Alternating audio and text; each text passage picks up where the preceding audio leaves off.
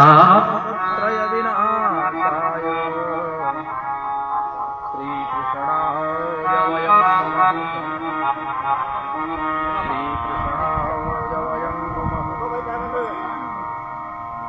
यं प्रव्रजन्तमनुपे तमपेतकृत्यं द्वैपायनो विरहकातरया जुहाव पुत्रेति तन्मयतया तरवोऽभिनेदुः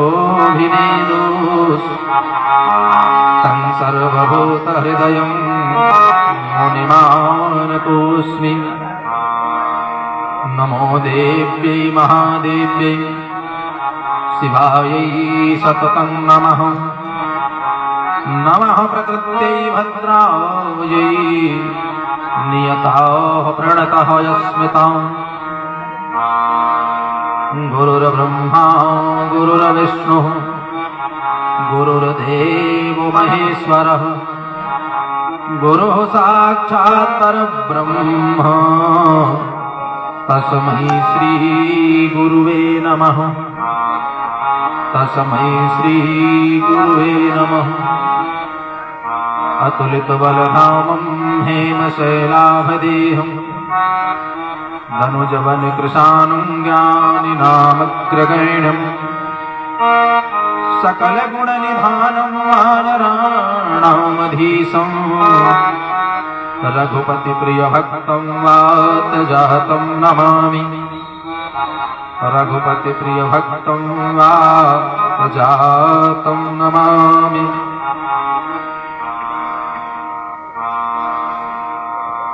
तो क्या छवि सामरे मोहन की, क्या छवि सामरे मोहन की, चित जात चला भटके भटके। बलिहारी है चंद्र छटा मुख की, सतचंद फिर हटके हटके। बनमाल की सुंदर लटकन में ऋतुराज रहे लटके लटके। ऋतुराज रहे लटके लटके। मुस्कान छटा छलकाते रहो, जिसे पान करूं गटके गटके। जिसे पान करूं गटके गटके।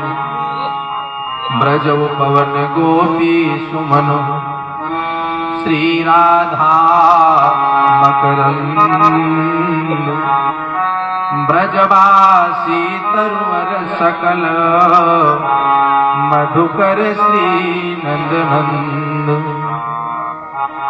हे पार्थ के सारथी तुम कह कोटि प्रणाम। मेरे मन तुरंग की थामो नाथ लगाओ। पग पवित्र तीरथ गमन कर पवित्र दियो दाम। मुख पवित्र तब होते हैं जो बोलो राधे श्याम। प्रेम से बोलो भागवत भगवान की जय हो। सर्वप्रथम अपनी मनवाणी जिह्वा को पवित्र करने के लिए सभी भक्तगण भगवान नाम संकीर्तन करेंगे। उसके पश्चात भागवत भगवान की जिस प्रकार से कृपा बरसेगी, हृदय में विराजमान होकर के ठाकुर जी कथा कहेंगे। आप सभी भक्तगण राग रसिक भक्तों को कथा श्रवण कराने का प्रयास किया जाए।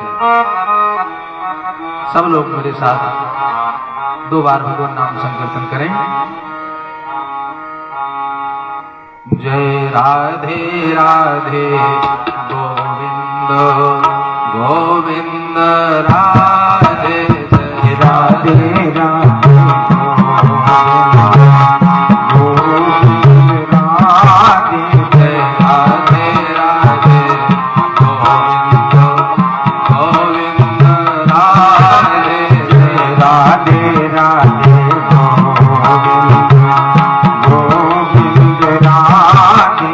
जय राधे राधे गोविंद गोविंद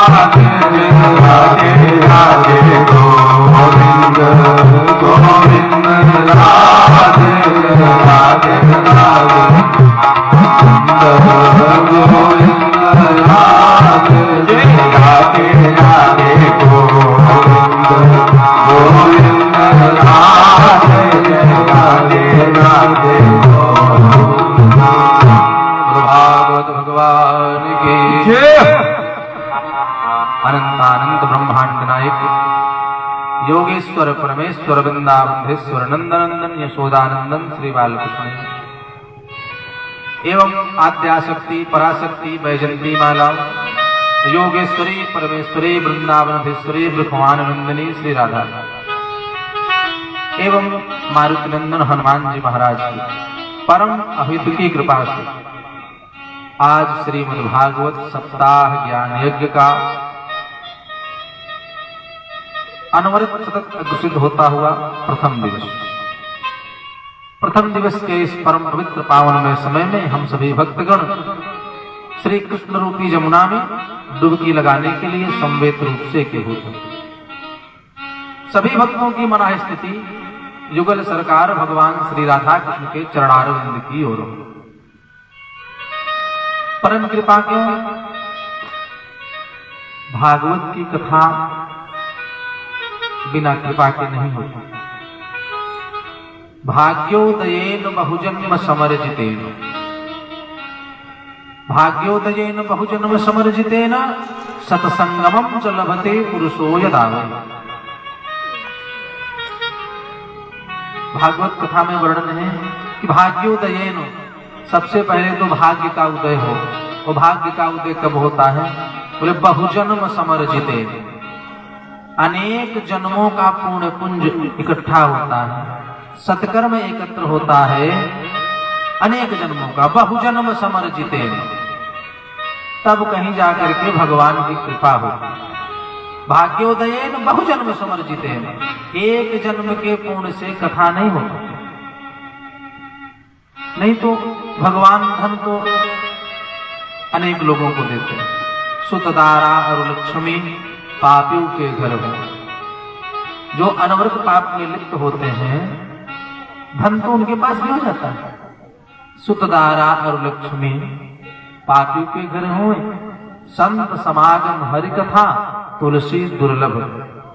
भगवान की कथा संतों का संग दुर्लभ है। तो भाग्योदयेन बहुजन्म समर्जितेन, अनेक जन्मों का पुण्य पुंज एकत्र होता है, भाग्य उदय होता है, तब जाकर के सत्संगमं च लभते पुरुषो यदा वै, तब कहीं सत्संग की प्राप्ति हो। और जब सत्संग मिलता है, भगवान की कथा श्रवण करने का अवसर मिलता है, तो क्या होता है? अज्ञान हेतु कृत मोह मदांधकार नासं विधाय हितपोदयते विवेक। जब भगवान की कथा श्रवण करने का अवसर मिलता है, सुंदर समय मिलता है, तो अज्ञान हेतु कृत मोह मदांधकार, अज्ञान नष्ट हो जाता है। कैसा अज्ञान? मद माने अहंकार रूपी अज्ञान जो होता है, कृत मोह मदांधकार नासं विधाय हितपोदयते विवेक। मोह मद अहंकार नष्ट हो जाता है और नासं विधाय हितपोदयते विवेक, विवेक का उदय होता है। कब? भाग्योदयेन बहुजन्म समर्जितेन, अनेक जन्मों का पूर्ण पुण्य एकत्र होता है। भगवान की बड़ी कृपा होती है, तब जाकर के भगवान की कथा श्रवण करने का अवसर प्राप्त होता है। और जब कथा सुनने का अवसर प्राप्त होता है, तो भागवत में लिखा है कि पितर प्रसन्न हो जाते हैं और प्रसन्न होकर के पितृलोक से आशीर्वाद देते हैं, धन्य है हमारा पुत्र, हमारे कुल में जन्म लेने वाला बालक आज भगवान की कथा कर रहा है। ठाकुर जी की कृपा से भगवान की कथा सुन रहा है, सत्संग कर रहा है, यज्ञ कर रहा है। सत्संगमं च लभते पुरुषो, ऐसे ठाकुर जी भागवत है क्या? तेनेयं वाङ्मयी मूर्ति प्रत्यक्षा वर्तते हरे, सेवनात् श्रवणात् पाठात् दर्शनात् पापनाशिनी। तेनेयं वाङ्मयी मूर्ति प्रत्यक्षा वर्तते हरे। भगवान श्री राधा कृष्ण का साक्षात विग्रह ही श्रीमद्भागवत महापुराण है। तेनेयं वाङ्मयी मूर्ति प्रत्यक्षा वर्तते हरे, साक्षात भगवान श्री राधा कृष्ण का परम विग्रह है श्रीमद्भागवत महापुराण। सेवनात् श्रवणात् पाठात् दर्शनात् पापनाशने। सेवन करने से, सेवा करने से भगवान की, पाठ करने से, कथा श्रवण करने से, दर्शन करने से पापों का नाश हो जाता है। सेवनात्, श्रवणात्, पाठात्, दर्शनात् पापनाश। साक्षात भगवान का विग्रह श्रीमद् भागवत। कुछ लोग कहते हैं कि महाराज भागवत की कथा बिना चारों धाम का दर्शन कर लिए नहीं कर सुननी चाहिए। ऐसा कहीं वर्णित नहीं है। भगवान की कथा जब हृदय में भाव उत्पन्न हो जाए, जब मन में विचार आवे, तब श्रवण करना चाहिए। भगवान की कथा श्रवण करने के लिए चारों धाम की यात्रा या दर्शन कोई जरूरी नहीं है। आप दर्शन चारों धाम का करने ना भी गए हो तो कोई जरूरी नहीं है, आप भगवान की कथा श्रवण कर सकते हैं। खूब प्रेम से कथा श्रवण करें। तो जिस पर भगवान की अहित की कृपा होती है, ठाकुर जी की परम कृपा होती है, उसे भागवत रूपी अमृत पान करने का अवसर प्राप्त होता है। श्रीमद् भागवत महापुराण के महात्म्य की चर्चा आज हम सब करेंगे। महात्म्य क्या है, भागवत है क्या, किसने श्रवण किया, भागवत की कथा श्रवण करने से लाभ क्या होता है, कब सुननी चाहिए, सर्वप्रथम किसने श्रवण किया, इन सब बातों का विशुद्ध गवेषण जिसमें किया जाए उसे महात्म्य कहते हैं। इस 6 अध्याय के महात्म्य की चर्चा प्रथम दिवस में हम सब करेंगे। महात्म्य का प्रथम श्लोक है, सच्चिदानंद रूपाय विश्वोत्पत्त्यादि हेतवे तापत्रय विनाशाय श्री कृष्णाय वयं नुमः। महात्मा का पहला श्लोक, सच्चिदानंद रूपाय विश्वोत्पत्त्यादि हेतवे तापत्रय विनाशाय श्री कृष्णाय वयं नुमः। भगवान का स्वरूप कैसे है, बोले सच्चिदानंद। सच्चिदानंद क्या है, भगवान सत स्वरूप है, चित स्वरूप है, आनंद स्वरूप है। तो जो तीनों का स्वरूप है वो सच्चिदानंद है। सत क्या है, बोले सत तीनों स्थितियों में न मिटने वाला जो सत है, स्थिति उत्पत्ति संहार अर्थात वर्तमान भूत भविष्य तीनों कालों में जो न मिटने वाला सत्य है, वो सत्य स्वरूप क्या है, परमात्मा। सत्य ही धर्म है, धर्म ही सत्य है और सत्य ही परब्रह्म परमात्मा है। तो भगवान सत्य स्वरूप है, भगवान चित स्वरूप है। चित मने होता है प्रकाश, भगवान प्रकाश स्वरूप है अर्थात स्वयं में प्रकाशमान है, उसी के द्वारा प्रकाशित संपूर्ण संसार है। भगवान चित सत्स्वरूप है, चित स्वरूप है और तीसरा आनंद स्वरूप। आनंद क्या है, आनंद ही साक्षात परब्रह्म परमात्मा। तो भगवान सच्चिदानंद है, सत्स्वरूप, चित स्वरूप और आनंद स्वरूप। आगे शब्द आता है रूपाय, सच्चिदानंद रूपाय। भगवान सच्चिदानंद रूपाय माने रूप वाला, सच्चिदानंद स्वरूपवान है। अब बात ये हो गई कि कुछ लोग कहते हैं एक नया पंथ बना लिए हैं, भगवान निरंकार है, कोई आकार्य नहीं है। और भागवत कह रहा है, भागवत पुराण कह रहा है रूपाय, श्लोक ये कह रहा है सच्चिदानंद रूपाय, भगवान रूपवान है। और सही बात है, रूपवान है क्यों, क्योंकि दूसरी तरफ रामचरितमानस में वर्णन है कि ईश्वर अंश जीव अविनाशी चेतन अमल सहज सुख राशि। हम सब कौन है, भगवान के अंश, यही तो सत्य, हम सब भगवान के अंश हैं। और भागवत भी कह रहा है सच्चिदानंद रूपाय, सत्य स्वरूप, चित स्वरूप, आनंद स्वरूप भगवान रूपवान है। तो जब निराकार हो गए, कोई आकार नहीं, तो हम सब कहां से हैं, प्रश्न तो ये उठता है। रूपाय और भागवत भी कह रहा है कि भगवान रूपवान है, तो निराकार का यह अर्थ नहीं है, निराकार का अर्थ नहीं है कि जिसका कोई आकार नहीं हो निराकार है ना। निर्याता आकार जस्य सा निराकार, जिसके द्वारा सारे आकार निर्यातित माने उत्पन्न हुए हैं वो निराकार है। निर्यातः आकारः जस्य सा निराकारः, अर्थात जिससे सारे आकार उत्पन्न हुए हैं वो निराकार है। हम सब जिसपे उत्पन्न हुए हैं वो निराकार परमात्मा है। सच्चिदानंद रूपाय, रूपवान है, अथवा निरूपमा आकार जस्य सा निराकार, जिसके आकार की तुलना दुनिया में किसी से न की जा सके, अर्थात भगवान के सिवा सुंदर भगवान के जैसा और दुनिया में कोई है ही नहीं, इसलिए वो रूपाय, वो निराकार है, अर्थात उसके आकार की तुलना किसी से की नहीं जा सकती। तो सच्चिदानंद रूपाय, आगे शब्द आता है विश्वोत्पत्त्यादि हेतवे, विश्व की उत्पत्ति के लिए, उत्पत्त्यादि अर्थात स्थिति, उत्पत्ति और संहार, संसार का सृजन करना, पालन पोषण करना और संहार करके पुनः अपने में समाहित कर लेना, जिसका कार्य है विश्वोत्पत्त्यादि हेतवे। और क्या कार्य है? तापत्रय विनाशाय, तीनों तापों का विनाश करने वाला, दैहिक, दैविक और भौतिक। सच्चिदानंद रूपाय विश्वोत्पत्त्यादि हेतवे तापत्रय विनाशाय, तीनों तापों का नाश करने वाला हो, जो नाश करने वाला है तापत्रय विनाशाय, ऐसे भगवान श्री कृष्ण को श्री कृष्णाय वयम नुमः, हम सब ऐसे परब्रह्म परमात्मा भगवान कृष्ण को प्रणाम करते हैं। बाल कन्हैया लाल की जय। श्री कृष्णाय वयम नमः, ऐसे भगवान कृष्ण को हम सब प्रणाम करते।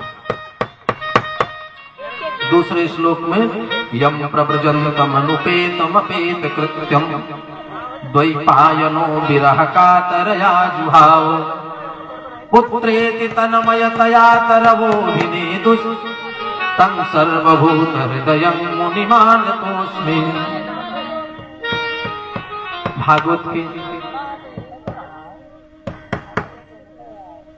ऐसे वक्ता जो 16 वर्ष की अवस्था में महाराज परीक्षित को श्रीमद् भागवत रूपी कथा का रसपान कराया, ऐसे परम पूज्य प्रातः स्मरणीय पूज्यपाद सुखदेव भगवान को प्रणाम किया गया है।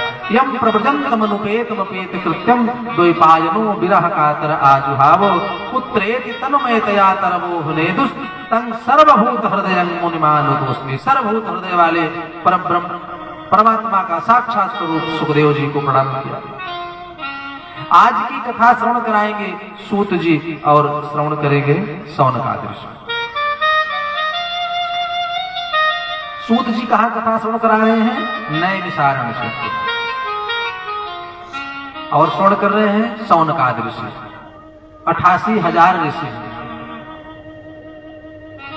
88,000 ऋषिगण हैं और सूत जी कथा श्रवण करा रहे हैं नैमिषारण्य क्षेत्र। सूत जी कहते हैं शौनकादि ऋषि, नैमिषे सूतमासीनो नैमिषे सूतमासीनो अभिवाद्य महामतिम् कथामृत रसास्वाद कुशलः शौनको ब्रवीत। नैमिषारण्य क्षेत्र में नैमिषे सूतमासीन, सूत जी व्यास आसन पर विराजमान है। नैमिषे सूतमासीन अभिवाद्य महामतिम्, और कथामृत रसास्वाद, कथा का स्वाद ग्रहण करने में, स्वाद लेने में कुशल कौन? शौनक आदि 88,000 ऋषि। आप सब जैसे रसिक हैं। भागवत की कथा श्रवण करने के लिए विशेष किसको बताया गया है? 2 लोग। कौन? तो रसिका भूविभावुका। सबसे अधिक कौन ग्रहण करने वाले हैं भगवान की कथा? बोले रसिक और भावुक। रसिका भूविभावुका कितनी बार सुनने को कहा गया है? मुहुर्हो। मुहुर माने बार बार। कब तक? जब तक जीवन है तब तक भगवान की कथा सुनिए। और जब तब तक कथा कौन सुनते हैं? रसिक और भावुक। रसिका भूविभावुका। तो नैमिषारण्य क्षेत्र में कथा हो रही है, सूत जी कथा सुना रहे हैं और शौनक आदि ऋषि कथा श्रवण कर रहे हैं। कुशलः शौनको ब्रवीत। शौनक आदि ऋषियों ने खड़े होकर के सूत जी से प्रश्न किया, महाराज भक्ति ज्ञान विराग्याप्तो अज्ञान भांत विध्वंस कोटि सूर्य समप्रभ सूताख्याहि कथा सारम मम कर्ण रसायनम। देखिए सौनकादि ऋषि प्रश्न कर रहे हैं सूत जी से, रसिक और भावुक श्रोता कौन है? जो कथा सुनाने वाले व्यास से, गुरु से प्रश्न करे, क्या? अज्ञान भांत विध्वंस कोटि सूर्य समप्रभा। सौनकादि ऋषि कह रहे हैं सूत जी से कि हे करोड़ों सूर्य के समान तेज वाले सूत जी, अज्ञान भांत विध्वंस, अज्ञान का नाश करने वाले करोड़ों सूर्यों के समान तेज वाले सूत जी, सूताख्याहि कथा सारम, हे सूत जी कथा का सार सुनाइए। अज्ञान भांत विध्वंस कोटि सूर्य समप्रभा, करोड़ों सूर्य के समान तेज वाले सूत जी, सूताख्याहि कथा सारम, कथा का सार सुनाइए। कौन सा सार? बोले मम कर्ण रसायनम, ऐसा कथा का सार सुनाइए सूत जी जो हमारे कान का रसायन बन जाए, तत्व बन जाए, ऐसे कथा का सार सुनाइए। जब कोई सत्पुरुष भक्त वक्ता एवं संत महात्मा मिले तो उससे लौकिक प्रश्न ना करें, पारलौकिक प्रश्न करें। गुरुदेव ऐसी कथा सुनाइए, ऐसी ज्ञान की बात बताइए जो मम कर्ण रसायन, हमारे कान का रसायन बने, तत्व बन जाए, जिससे हमारा कल्याण हो जाए। जब सौनकादि ऋषियों ने सूत जी से प्रश्न किया तो सूत जी ने कहा कैसी कथा सुनना चाहते हैं आप? कैसी कथा सुनना चाहते हैं बताइए। सौनकादि ऋषियों ने कहा हे गुरुदेव, भक्ति ज्ञान विरागाप्तो विवेको वर्धते महान, माया मोह निरासश्च वैष्णवै क्रियते कथम। भक्ति ज्ञान विरागाप्तो विवेको वर्धते महान, भक्ति ज्ञान और वैराग्य से युक्त विवेक की वृद्धि कैसे? ध्यान देना, सौनकादि ऋषि कह रहे हैं भक्ति ज्ञान और वैराग्य से युक्त विवेक, जो विवेक की प्राप्ति हो हमको वो भक्ति ज्ञान और वैराग्य से युक्त हो, ऐसा विवेक इस प्रकार मिलेगा। ऐसे विवेक का वर्धन कैसे होगा? और माया मोह निरासस्य वैष्णवै कृते कथम, वैष्णव लोग इस माया मोह से कैसे छुटकारा प्राप्त कर लेते हैं गृहस्थ जीवन में रहकर भी? ऐसा कोई साधन बताइए, जीव के कल्याण का ऐसा कोई श्रेष्ठ साधन बताइए। सूत जी ने कहा कि मैं समझ गया, आप लोग परम विरागी हैं। कहा ध्यान से सुनो। सूत जी ने कहा ध्यान से सुनो।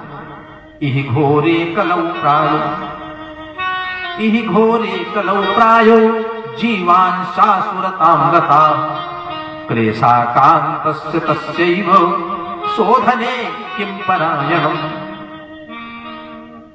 ये जो घोर कलयुग चल रहा है, ये घोरे कलौ प्रायो, इस कलयुग में जीवान् शाश्वतां गता, जीव आसुरी प्रवृत्ति के हो जाए, जीव की प्रवृत्ति सात्विक नहीं रह जाएगी, आसुरी प्रवृत्ति हो जाएगी।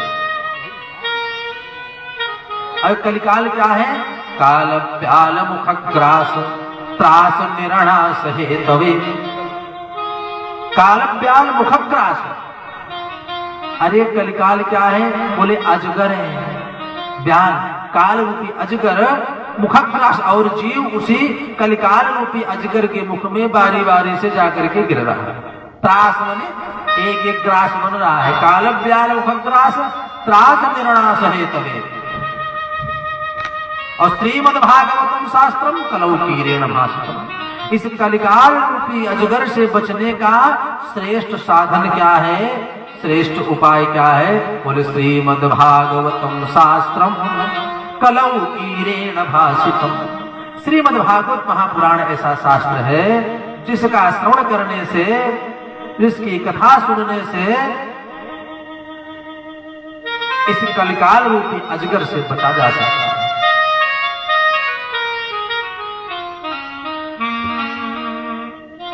जब सूत जी ने ऐसा बताया, सौनकादित्य ने पुष्ट किया, गुरुदेव श्रेयसाम यद भवे श्रेयः पावनानां च पावनम् कृष्ण प्राप्ति करम शाश्वतम तत्वदाधुनः। श्रेयसाम यद भवे श्रेयः पावनानां च पावनम्। हे गुरुदेव, श्रेयसाम यद भवे श्रेयः, ऐसा सुंदर साधन बताओ जीव के कल्याण के लिए जो पावनानां च पावनम, जो पावन को भी पावन बनाने वाला। क्यों? क्योंकि गुरु की कृपा यदि हो जाए तो चिंतामणि लोक सुखम सुरुद्र हो स्वर्ग संपदाम। यदि मणि मिल जाए, चिंतामणि लोक सुखम सुरुद्र हो स्वर्ग संपदाम, यदि पारस मणि मिल जाए तो सांसारिक सुख सुवर्ण रत्न वैभव मिल सकता है, स्वर्ग का सुख मिल सकता है।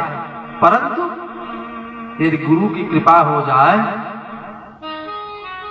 तो वैकुंठम योग दुर्लभम, वैकुंठ जैसा दुर्लभ पदवी सहजता से प्राप्त हो सकता है। कृष्ण प्राप्ति कर्म शाश्वत साधनम तत्वदाधनः और वैकुंठम योग दुर्लभम। गुरु की यदि कृपा हो जाए तो वैकुंठ से जैसा दुर्लभ पद सहजता से प्राप्त हो सकता है।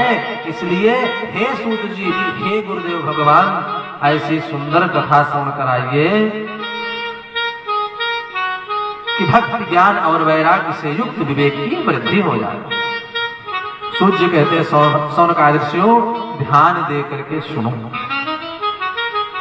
ध्यान से सुनो, और कथा जब श्रवण करें तो ध्यान से श्रृणवन् गृणन् संस्मरयन् सचिन्तयन्,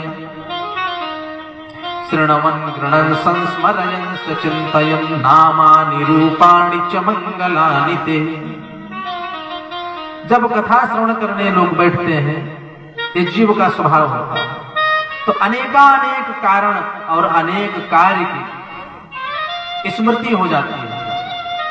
मन में अनेक कार्य याद आते हैं, ये करना है, वो करना है, अभी तो यहां कुछ किए नहीं, ये कर ले तब कथा में बैठे। स्वभावतः और कलिकाल के प्रभाव के कारण, कलयुग के प्रभाव के कारण भी सूर्य कहते हैं सौनकादित्यों, भागवत की इतनी महिमा है, इतनी महिमा है कि जब महाराज परीक्षित गंगा जी के किनारे सभी संतों के साथ बैठ करके भगवान की कथा सुन कर रहे थे, भागवत की कथा सुन रहे थे, तो देवता लोग अमृत का कलश लेकर के आए।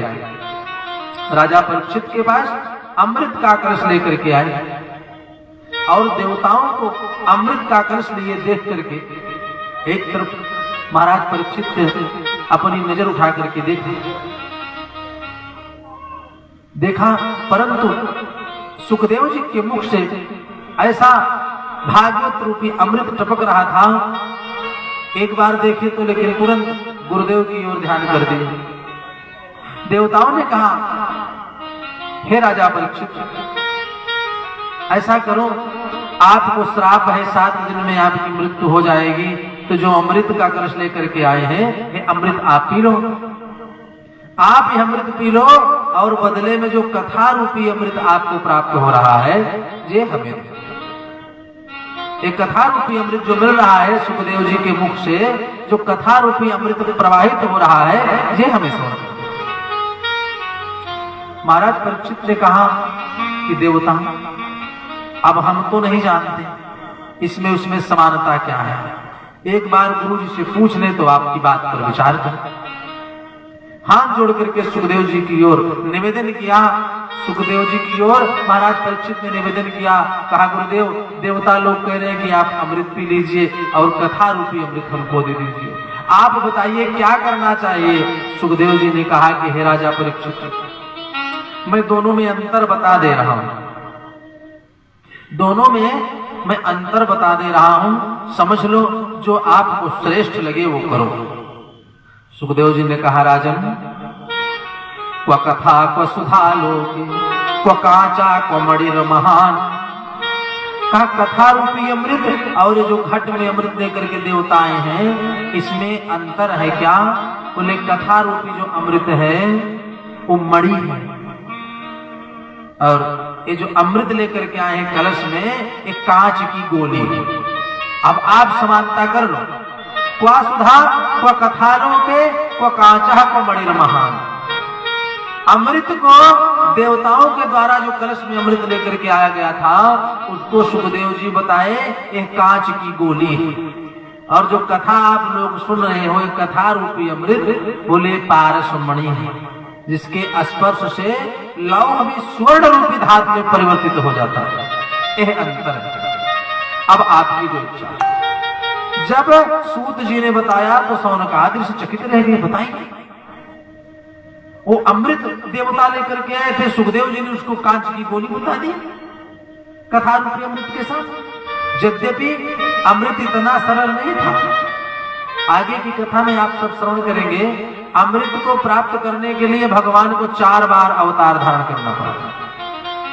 4 अवतार के बाद वो अमृत देवताओं को सुलभ हुआ। फिर भी सुखदेव जी कह रहे कथा रूपी अमृत के सामने वो जो अमृत है वो कांच की गोली है। इतना महत्व है भागवत की कथा, भगवान की कथा। और हम सब बड़भागी इसलिए हैं जहां हमारा जन्म हुआ है, स्मृत लोक में कर्म भूमि और भोग भूमि दोनों है। हम यहाँ बैठ करके कथा सुन रहे हैं, कर्म भी कर रहे हैं, कर्म का भोग भी कर रहे हैं। और जो स्वर्ग लोक है वहां पर ये सुविधा नहीं है। देवता लोग आए कथा हमको श्रवण कराएंगे, कथा रूपी अमृत हम पाना चाहते हैं। महाराज परीक्षित ने मना कर दिया। अच्युतम हरि कथामितम, भगवान की हमें कथा मिल रही है जिससे हमारी पिपासा सुधा बिल्कुल शांत है। न तो हमको भूख लग रही है, न तो प्यास लग रही है। मन एकाग्र करके गुरुदेव के अमृत रूपी वचनों का श्रवण पान कर रहा हूं। हमको आपका अमृत नहीं चाहिए। यह बात जब ब्रह्मा जी ने सुनी, सूत जी ने बताया सौनकादि ऋषियों को कि भगवान की कथा की इतनी महिमा है और भागवत की कथा की इतनी महिमा है, तो चकित रहेंगे। अरे इतनी महिमा है भागवत की कथा। अभी चकित है, तब तक सूत जी ने दूसरी बात बताई। क्या? यही इतनी महिमा नहीं भागवत की कथा। तो बोले जी मानवा पाप कृतस्तु सर्वदा सदा दुराचार रता विमार्गगा क्रोधाग्निदग्धा कुटिलाश कामिनः सप्ताह यज्ञेन कलौ पुनन्दिते। ध्यान से सुनिए। ये मानवा पाप कृतस्तु सर्वदा, ये मानव शरीर जो है जाने में अनजाने में इससे पाप होता रहता है। और सदा दुराचारता विमार्गा, सदा दुराचारता विमार्गा, आचरण पथभ्रष्ट होकर के जो कर्म हो रहे हैं, दुराचार के पथ पर जा रहे हैं। क्रोधाग्निदग्धा कुटिलाश कामिनः, क्रोधी कुटिल कामी जितने भी हैं, सप्ताह यज्ञेन पलौ पुनन्दिते। सप्ताह माने भागवत की कथा ध्यान से सुनने के बाद वो इन पापों से भी छूट जाते हैं। तब तो ब्रह्मा जी को और आश्चर्य हो गया। बताइए 18 पुराण हैं, 6 शास्त्र हैं, 4 वेद हैं, इतने शास्त्र, इतने धर्म ग्रंथ वैदिक सनातन धर्म में, केवल भागवत की इतनी महिमा है। फिर सूत जी ने बताना प्रारंभ किया। यही नहीं, मूढ़ा सठाये पशु पक्षिणोवत सर्वे निष्पाप तमा भवन्ति, सर्वे निष्पाप तमा भवन्ति। केवल यही नहीं कि जीव का कल्याण हो जाता है। तो मौर्य जी के पास भगवान की कृपा है, खूब धन भोग संपत्ति भगवान ने दिया है, कृपा बरसाई, कथा श्रवण कर रहे हैं। तो जितने पशु पक्षी हैं ये कथा कराने थोड़ा जाएंगे। ऐसे भक्त कथा कराएंगे तो ये भी कथा सुनेंगे। तो सूत जी कहते हैं कि जो पशु हैं, पक्षी हैं, यही नहीं जितने 84 लाख योनि में जितने जीव हैं, भागवत का एक श्लोक कान में पड़ जाए तो मूढ़ा सठाये पशु पक्षिणोवत सर्वे निष्पाप तमा भवन्तु। एक शब्द, एक श्लोक भागवत का पड़ जाए किसी के कान में तो वो पाप से छूट करके निष्पाप हो जाता है। सर्वे निष्पाप तमा भवन्तु। अब ब्रह्मा जी का आश्चर्य धीरे धीरे बढ़ता जा रहा है, इतनी महिमा भागवत। फिर सूत जी ने बताया, सौनकादिक सुनो, ध्यान से सुनो, यही इतनी नहीं महिमा है, पाप से तो छुटकारा मिल जाता है। और पाप हजारों प्रकार के हैं, एक प्रकार का पाप नहीं है। मन से, वाणी से, कर्म से अनेकों पाप होते रहते हैं, लेकिन हजारों प्रकार के पाप के अलावा दुनिया में 5 महापाप हैं। 5 महापाप कौन कौन से? सूत जी कह रहे हैं सौनकादिर्षियों, पंचुग्र पाप छल छद्मकारिणः क्रूरा पिशाचा युव निर्दयाश्चये ब्रह्मस्वपुष्टा व्यभिचारकारिणः सप्ताह यज्ञेन कलौ पुनन्ति ते। 5 महापाप कौन है? पंचुग्र पाप छल छद्मकारिणः, ध्यान से सुनो। ब्रह्महत्या पहला महापाप, ब्रह्महत्या, सुवर्ण की चोरी, गुरु स्त्री गमन, मदिरापान और विश्वासघात, ये 5 महापाप हैं। फिर से सुन लें। ब्रह्महत्या, सुवर्ण की चोरी, गुरु स्त्री गमन, मदिरापान और विश्वासघात, ये 5 महापाप संसार में है। सूत जी कहते सौनकादिर्षियों, भगवान की कथा, भागवत कथा श्रवण करने से ये पाप भी सहज रूप से छूट जाते हैं, भगवान की कृपा हो जाती है। मदिरापान पाप नहीं, महापाप है। पाप से तो भगवान की कृपा से बचा जा सकता है, लेकिन महापाप से बचना सहज नहीं, असहज है। जब कहा कि 5 महापाप हैं, इनसे भी छुटकारा मिल जाता है, सप्ताह यज्ञेन कलौ पुनन्ति ते, ऐसी भागवत की महिमा है, तब तो ब्रह्मा जी बिल्कुल आश्चर्यचकित हो गए ना, इतनी महिमा कैसे हो सकती है। सूत जी कहते हैं सौनकादिर्षियों, ब्रह्मा जी आश्चर्यचकित हो गए, ब्रह्मलोक पे तराजू निकाला, एक पलड़े पर सारे शास्त्रों को, पुराणों को, 17 पुराण को रखा और दूसरे पर भागवत पुराण को, भागवत पुराण को रखा। और जब तोलना चाहे तो परिणाम क्या? भागवत पुराण का पलड़ा भारी पड़ गया। देख करके तो आश्चर्य का ठिकाना नहीं, अरे ये महिमा है भागवत की, इतनी महिमा भागवत की। जब भागवत पुराण का पलड़ा भारी पड़ गया, तब ब्रह्मा जी के मन में विश्वास होने लगा, थोड़ा थोड़ा मन में धैर्य हुआ, अरे इतनी महिमा है भागवत की। सौनकादिर्षियों ने प्रश्न किया पुनः, कहा गुरुदेव, वो परम पवित्र पावन कथा को सुन कराओ, जिस कथा में भक्ति महारानी की और नारद जी की भेंट हुई एवं सनकादिर्षि, सनक, सनंदन, सनातन और सनत कुमार 4 ऋषि कुमारों की भेंट, नारद जी की भेंट कहाँ हुई, किस प्रकार हुई, इस परम पवित्र पावन कथा को श्रवण कराओ। सूत जी कहते सौनकादिर्षियों, ध्यान से सुनो। एकदा तु विशालायां चत्वारि ऋषयो मलाः, एकदा तु विशालायां चत्वारि ऋषयो मलाः। विशालापुरी कहाँ है? बद्रीनारायण। एक बार की बात है, 4 ऋषि बद्री विशालापुरी में भ्रमण कर रहे हैं, सनक, सनंदन, सनातन और सनत कुमार। ये 4 ऋषि हैं और भगवान के प्रथम अवतार है। श्रीमद् भागवत महापुराण के अंतर्गत आगे की कथा में आप श्रवण करेंगे, भगवान के 24 अवतारों का वर्णन आता है। परमात्मा ने 4 युगों को मिला करके 24 अवतार धारण किया है। उनमें प्रथम अवतार कौन है? सनक, सनंदन, सनातन और सनत कुमार। ये परमात्मा का प्रथम अवतार है। सूत जी कहते सौनकादिर्षियों, देवर्षि नारद व्याकुल अवस्था में चले जा रहे थे और बद्री नारायण में 4 ऋषि सनक, सनंदन, सनातन और सनत कुमार मिल गए। 4 ऋषि कुमार मिल गए और नारद जी चले जा रहे हैं। सनकादिर्षियों ने कहा, अरे देवर्षि नारद कहाँ चले जा रहे हैं? गतवित्तो यथा धर्म, इतनी व्याकुल अवस्था में आप कहाँ चले जा रहे हैं? अरे आप तो परम संत हैं। जब आवाज लगाई सनकादिर्षियों ने, नारद जी मुड़ करके देखे, साष्टांग चरणों में लेट करके प्रणाम किया। प्रणाम करके कहा कि महाराज क्या बताऊं,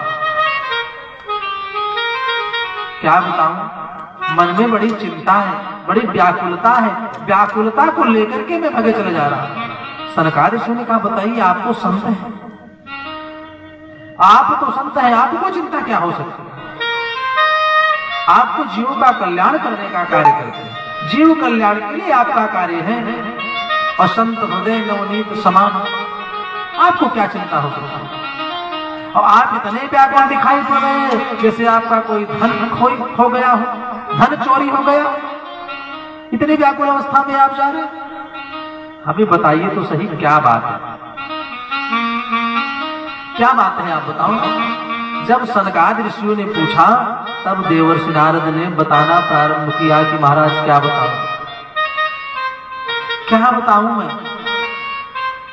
वैकुंठ लोक में भगवान का दर्शन करता था, सब संतों का दर्शन प्राप्त होता था, देवताओं से मिलता था, लेकिन हमारे मन में विचार आया कि चलो मृत्यु लोक का भ्रमण कर लेते हैं।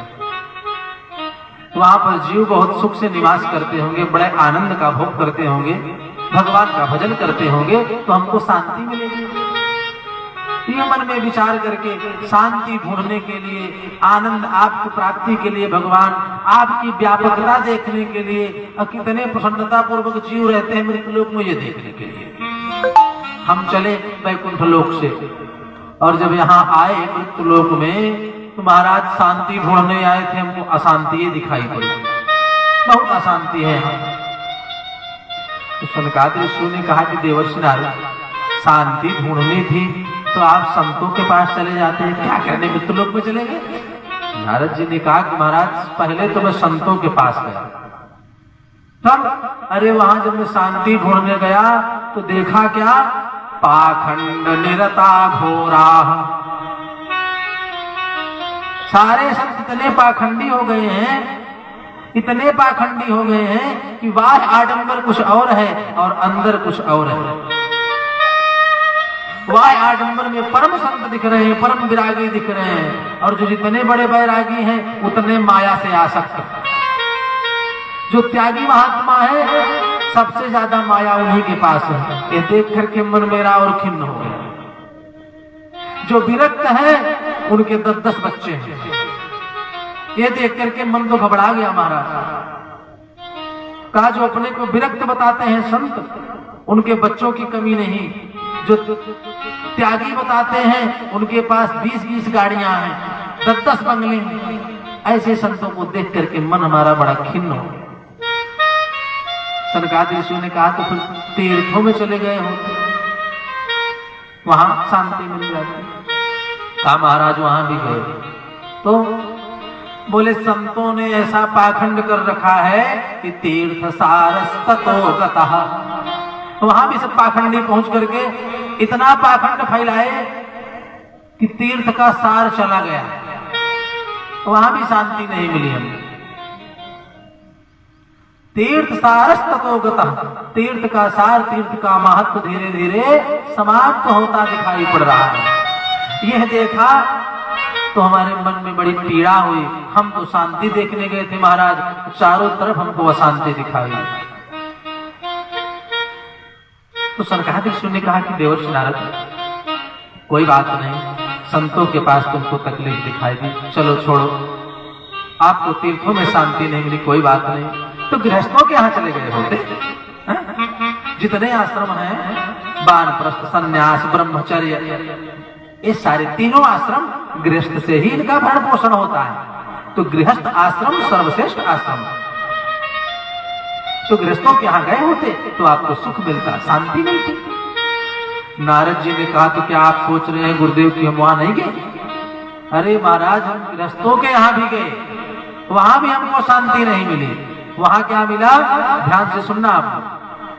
नारद जी बता रहे हैं, हे सनकादिक ऋषियों, जब मैं गृहस्थों के यहाँ गया तो वहां क्या देखा, बोले सत्यम नास्ति तपः शौचम दया दानम न विद्यते उदरम भरिणो जीवा बराकाकूट भाषिणः।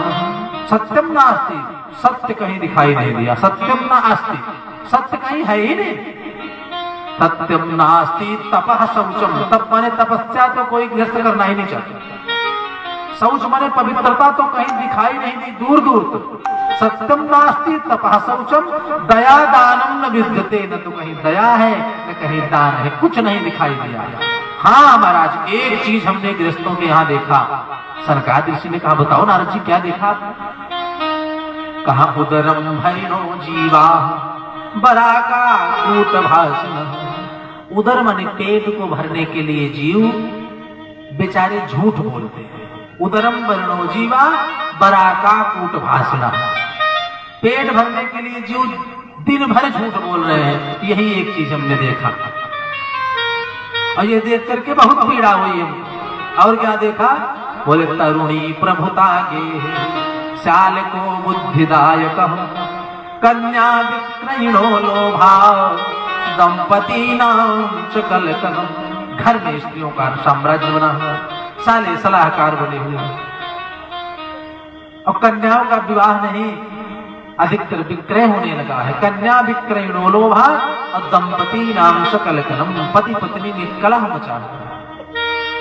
यही देखा तो मन में और पीड़ा हुई। अट्टशूला जनपदा शिवशूला दिजात कामिन्यः केशशूलिन्यः संभवन्ति कलह द्विज।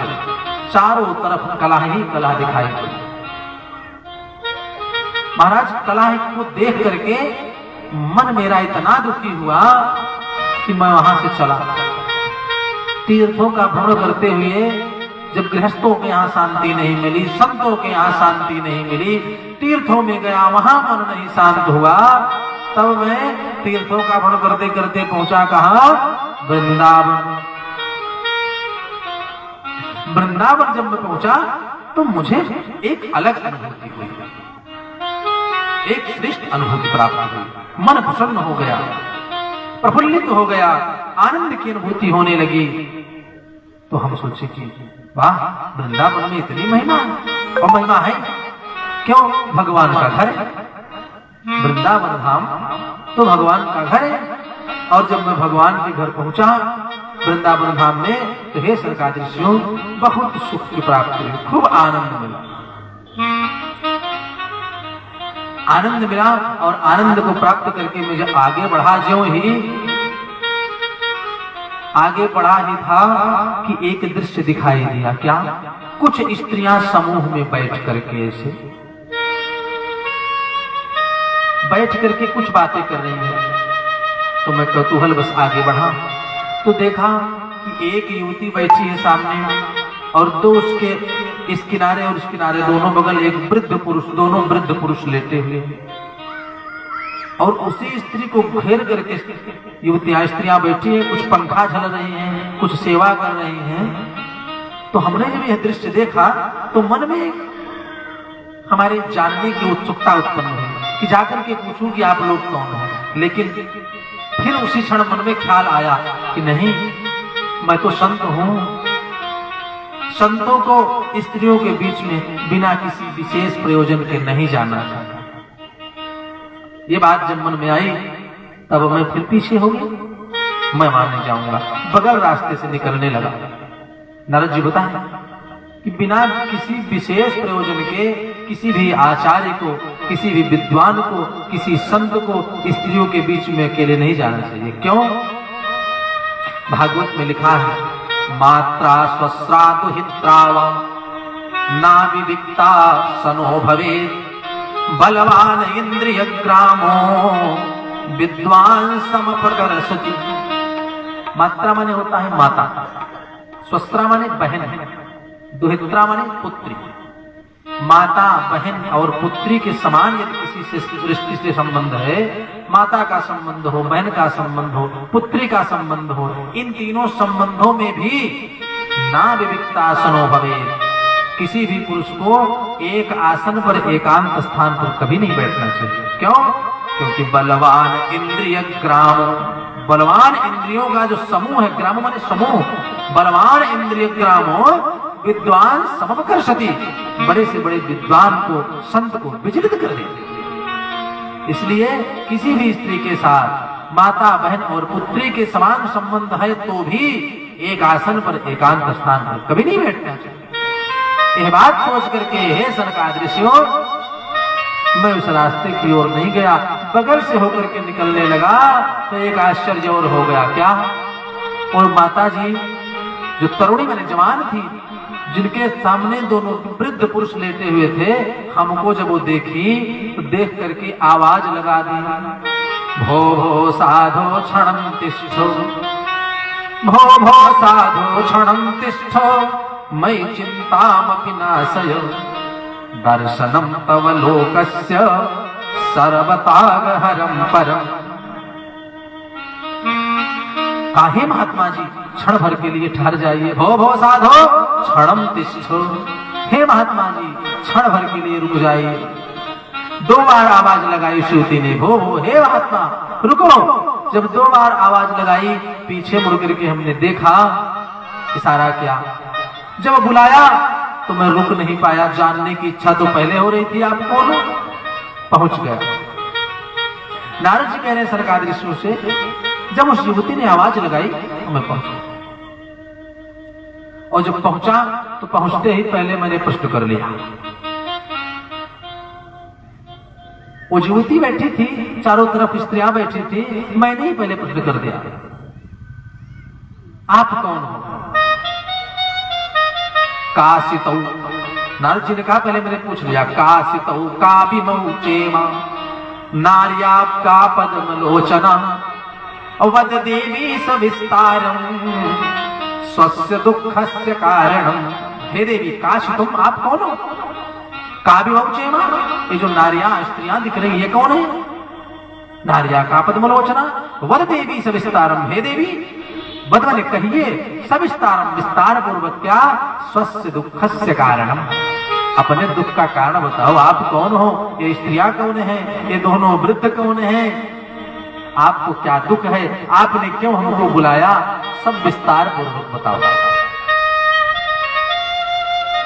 सूर्य कहते हैं स्वर्गाधीशों, जब देवर्षि नारद ने इतना प्रश्न एक साथ किया, तब वह युवती बोल पड़ी, क्या?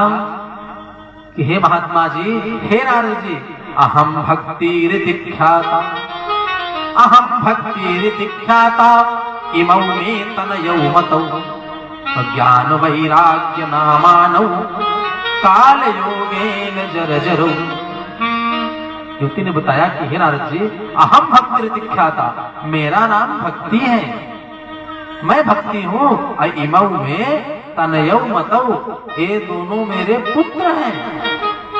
ज्ञान वैराग्य नामानौ, काल योगेन जर्जरौ, एक का नाम ज्ञान है और दूसरे का नाम वैराग्य है। अब आपको आश्चर्य होता होगा महाराज कि ये हमारे पुत्र हैं, दोनों वृद्ध हो गए हैं और मैं जवान हूं, तो यही तो पीड़ा है महाराज। ज्ञान वैराग्य नामानो काल योगेन जर्जरौ, ये कलिकाल का प्रभाव है और हमारे दुख का कारण है कि पुत्र बूढ़े हो गए और मैं जवान हूं। तो किसी भी माँ के सामने उसके पुत्र वृद्ध हो जाएं, बूढ़े हो जाएं और माँ जवान बनी रहे तो दुख का कारण तो होगा ही। इससे बड़ी दुख की क्या बात है? यही तकलीफ है हमें। नारद जी ने कहा, बस इतना छोटा सा दुख और आप विकल हो। भक्ति महारानी ने कहा, हे देवर्षि नारद, हे महाराज। जब नारद जी ने कहा आप चिंता मत करो, कहते चिंता बली ऐसी, हे देवी आप क्यों चिंता कर रहे हो? आपके दुख को मैं अभी तुरंत दूर कर देता हूं, घबराओ नहीं। श्री कृष्ण स्मरण, श्री कृष्ण चरण स्मरण भोजम दुखम कमिष्यति। हे देवी भगवान के चरण कमलों का स्मरण करो, आपका दुख स्वतः नष्ट हो जाएगा, चिंता मत करो। इतने छोटे सी बात के लिए आप रो रही हो, दुखी हो, ये तो मैं तुरंत ठीक कर देता हूँ। सूर्य कहते हैं स्वर्गादृश्यों, यह कहकर से देवर्षि नारद ने उसी समय वेद वेदांत घोषयिष्यो गीता पाठेर मुहुर्मुहुः, वेद को सुनाया, वेदांत को सुनाया, गीता का पाठ सुनाया और कान के पास मुख ले जाकर के बोले, ज्ञान जागृत हो, वैराग्य जागृत हो, उठो। गीता का पाठ सुना दिया, वेद सुना दिया, वेदांत सुना दिया। सूर्य के देश और का दृश्यों जब ये सब सुना दिया तो उठे तो नहीं, आंख खोल करके देखे, थोड़ा सा जमहाई लिए, फिर आंख बंद कर ली। नारद जी चिंता में पड़ गए। बताओ वेद को सुनाया, वेदांत को सुनाया, गीता सुना दी, शास्त्रों का वर्णन किया, भगवान का नाम सुना दिया, लेकिन इनकी मूर्छा नहीं जा रही, इनकी मूर्छा जा ही नहीं रही। तब भक्ति मैया ने कहा कि हे महात्मा जी, थोड़ी तकलीफ नहीं हमको, इतनी सी तकलीफ नहीं और तकलीफ है। और जब से हमारा जन्म हुआ, भक्ति मैया बता रही है कि उत्पन्ना द्रविड़ेशाः, द्रविड़ देश में, दक्षिण भारत में हमारा जन्म हुआ। और वृद्धिम कर्णाटके गता, बड़ी में कर्नाटक में हुई। क्वचिन क्वचिन महाराष्ट्रे गुर्जरे जीर्णताम गतः। उत्पन्ना द्रविड़ेशाः, द्रविड़ दक्षिण भारत में जन्म ली। वृद्धिम कर्नाटके गता, कर्नाटक में मैं बड़ी हुई। कहीं कहीं महाराष्ट्र में मेरी चर्चा होती है। गुर्जरे जीर्णताम गता, जब मैं गुजरात होती है तो मैं जीर्ण शीर्ण हो गई। आज भी गुजरात में भक्ति उतनी नहीं है, लेकिन वृंदावनम पुरम प्राप्य नवीनेव स्वरूपिणी, जब मैं वहां से वृंदावन आई तो पुनः जवान हो गई, नवीन हो गई। क्यों?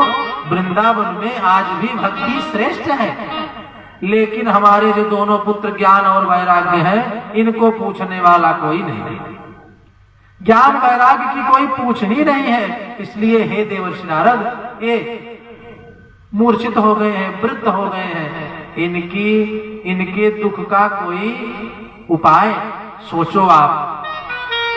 क्यों? क्योंकि आपकी कृपा से हे नारद जी, 5 वर्ष के ध्रुव जी परम पद को, भगवान के धाम को प्राप्त कर लिए, वैकुंठ जैसा दुर्लभ पद प्राप्त हो गया। तो आप कृपा करिए, हाँ